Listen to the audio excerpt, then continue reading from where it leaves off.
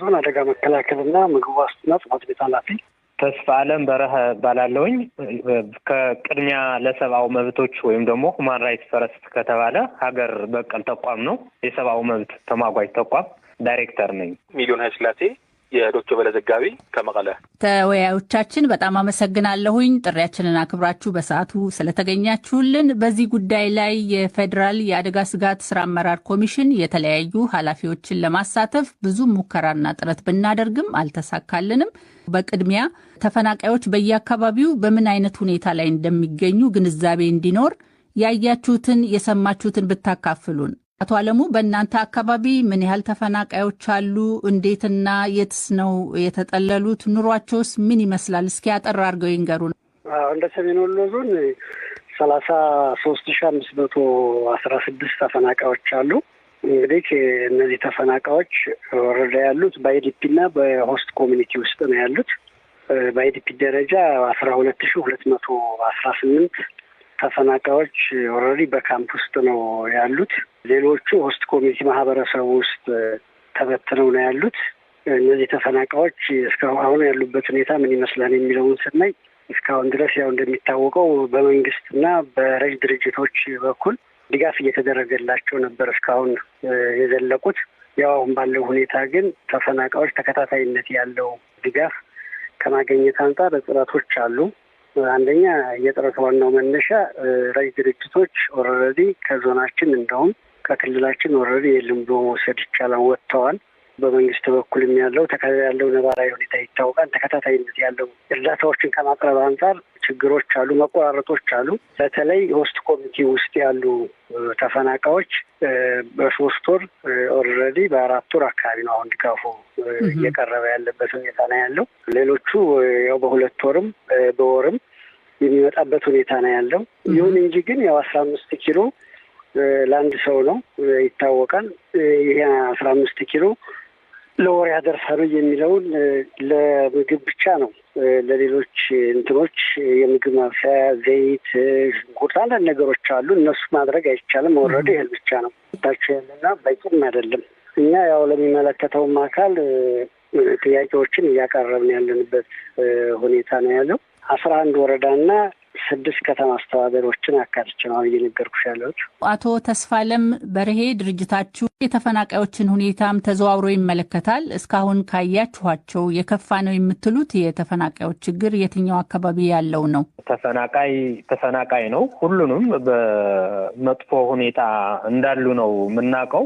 ለምሳሌ አሁን ቅርብ ጊዜ ቅድምም እንደተባለ UNHCR ባወጣው ሪፖርት ትግራይ አካባቢ ወደ 878,000 ተፈናቃዮች እንዳሉ፣ ሶማሊያ አካባቢም ከ1 ሚሊዮን በላይ እንዳሉ፣ ኦሮሚያ ወደ 881,000 አካባቢ ተፈናቃዮች እንዳሉ፣ አማራ ክልልም 174,608 ተፈናቃዮች አሉ ነው የሚለው ማለት ነው። በአማራ ክልል አካባቢ ማለት ነው።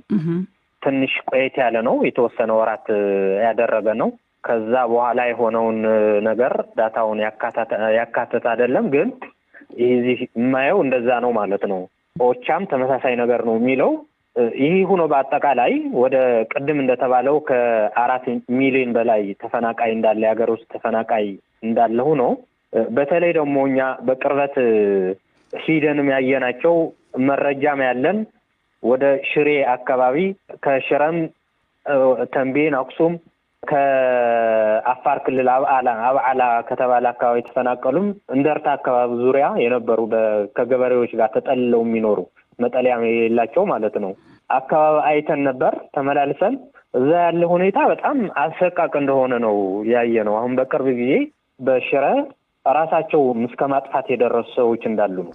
4 ዓመት ሆነዋቸዋል መጠለያ ውስጥ ከልጆቻቸውና ራሳቸው ሙሉ ምንም ሳይዙ ነው የተፈናቀሉት። እንግዲህ ድኳን ውስጥ ነው የሚኖሩት ከነ ልጆቻቸው እና የሚያበሏቸው በተለይ በቅርቡ ጊዜ እርዳታም ስለተቋረጠ ሲያጡ በጭንቀት ራሳቸውን እስከ ማጥፋት የደረሱ እንዳሉና በጣም ከፍተኛ የሆነ ሰቆቃ አሁን ስንናገር እንደ ተራ ንግግር ይመስላል። በቃ የተለመደ ስለሆነ ማለት ነው።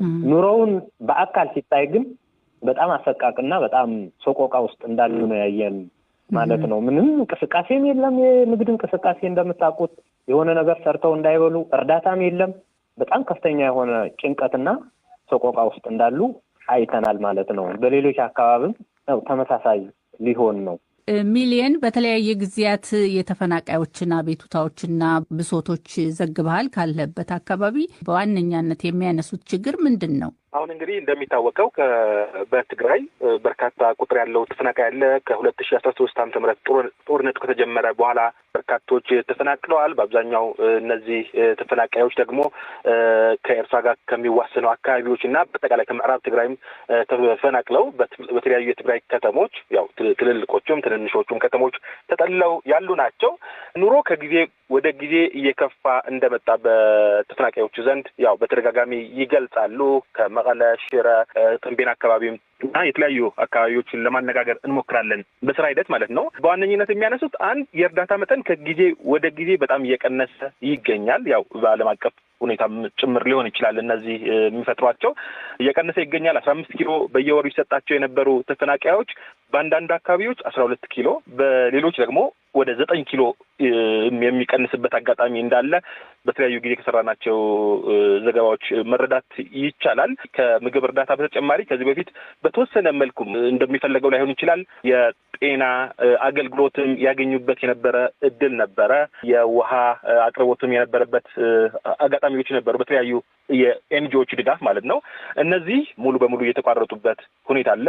ስለዚህ ያው ገንዘብ ከፍለው መታከም የማይችሉ ወይም ደግሞ እንደዚህ አይነት ድጋፍ ሊሰጣቸው የማይችሉ ሰዎች ያው ለሞት ለከፋ በሽታ እየተዳረጉ ያሉበት አጋጣሚ እንዳለ ይጠቀሳል።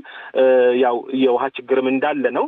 ስለዚህ በዋነኝነት ከምግብ በተጨማሪ ለምግብነት የሚውል እርዳታ እጦት ወይም እጥረት በተጨማሪ የሕክምናና የዚህ የውሃ የመሳሰሉ ችግሮች ይነሳሉ። ረጅም ጊዜ በአንድ መጠለያ እንደመቆይታቸው መጠን ደግሞ አሁን በተደጋጋሚ በተፈናቃዮችም የተነሳ የሚገኘው ክረምትም እየገባ እንዳለ